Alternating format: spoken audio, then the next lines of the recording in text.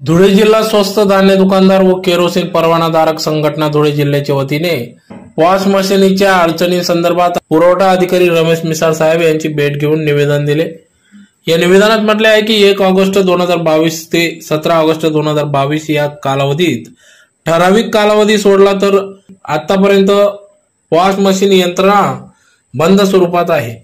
त्यामुळे दुकानात धान्य येऊन देखील दुकानदार धान्य वाटप करू शकत नाही। पर्यायाने कार्डधारक धान्याची मागणी करतात, परंतु वॉश यंत्रणा बंद असल्याने धान्य दुकानदारांना धान्य देऊ शकत नाही। याचे पर्यवसन संपूर्ण धुळे जिल्ह्यात सर्वांचे शिवीगाळ दैनंदिन तक्रारींचे प्रमाण मोठ्या प्रमाणात वाढलेले आहे। याचे उदाहरण घ्यायचे म्हटले तर दिनांक 10 ऑगस्टच्या शिरपूर तालुक्यातील कळमसरे येथील घटना झाली असून या घटनेत रेशन दुकानदारास मारहाण करण्यात आली।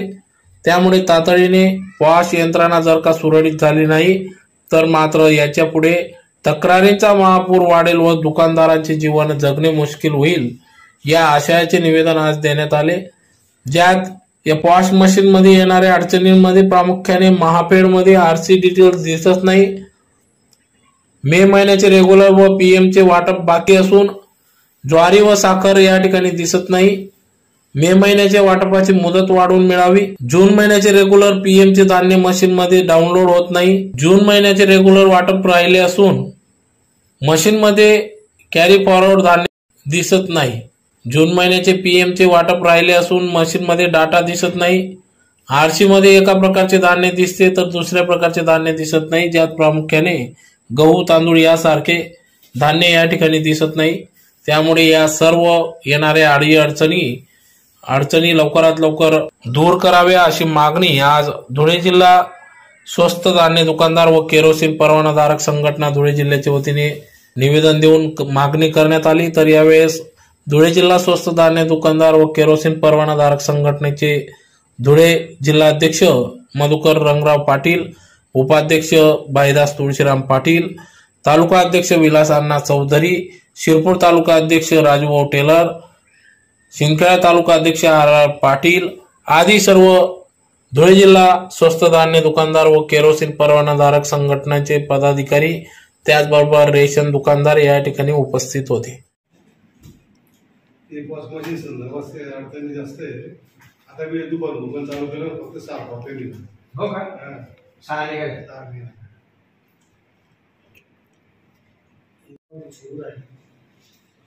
बंदच परिस्थिती आणि सुद्धा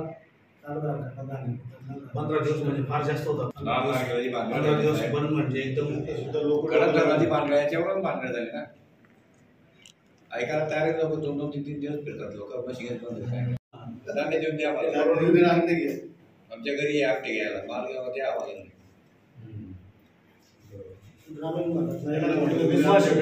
देऊन टाकतात धान्य आणि सुरू झालं तर लाईनिंग आहे पण देऊन जातात प्रामाणिकपणे। पण मग सिटी एरिया झाला तर मग मी कुठं धान्य घेतलं असं पण होऊ शकत।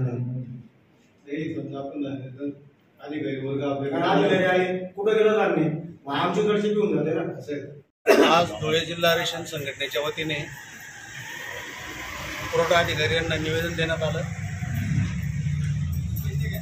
1 तारखेपासून आज पाव येतो दिवस मशीन बंद आहे, ग्राहकांना माल देता येत नाही, बऱ्याच अडचणी येत आहेत आणि तो माल देताना ज्या अडचणीच्या संदर्भात चर्चा झाली, पण पीओएस मशीनचं जे नेटवर्क जे सर्व्हर जे डाऊन होत आहे याच्यासाठी शासनाकडे आपण अशा पद्धतीने मागणी केली की याच्यासाठी ग्रुप नेमावा, कारण की हा जो सर्व्हर आहे तर बॉम्बेवरून एकाच वेळेस सगळा सर्व्हर पूर्ण महाराष्ट्राला कव्हर केला जातो, तर ग्रुप तयार करून नाशिक डिव्हिजन तयार करण्यात यावं आणि त्याचा लोड कमीत कमी करण्यात यावा आणि मिशन चांगल्या पद्धतीने सुरळीत चालावे आणि ग्राहकांपर्यंत माल पोहोचवण्यासाठी अडचण येऊ नये याच्यासाठी आम्ही वारंवार प्रयत्न करतोय, पण तरी देखील शासनाकडून दुर्लक्ष होत आहे आणि त्याच्यामुळे आज ग्राहकांना 17 तारीख येऊन गेली तरी देखील माल मिळाला नाही।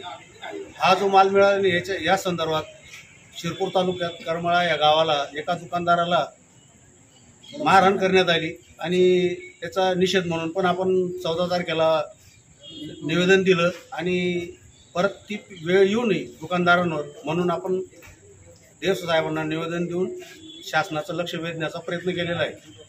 परत आमचं असं म्हणणं आहे की जसं शासनाने सरकारी कर्मचारी व पत्रकार बांधव असतील यांना जसं सुरक्षा कवच दिलेलं आहे तसं दुकानदार सुद्धा देखील जीवनावश्यक वस्तू वाटप करण्यासाठी हा फार मोठा रिस्क घेतो। त्याच्यासाठी शासनाने देखील या दुकानदारांना सुरक्षा कवच द्यावं हीच आमची संघटनेकडून मागणी आहे आणि त्या पद्धतीने आम्ही शासनाला निवेदन दिलेलं आहे।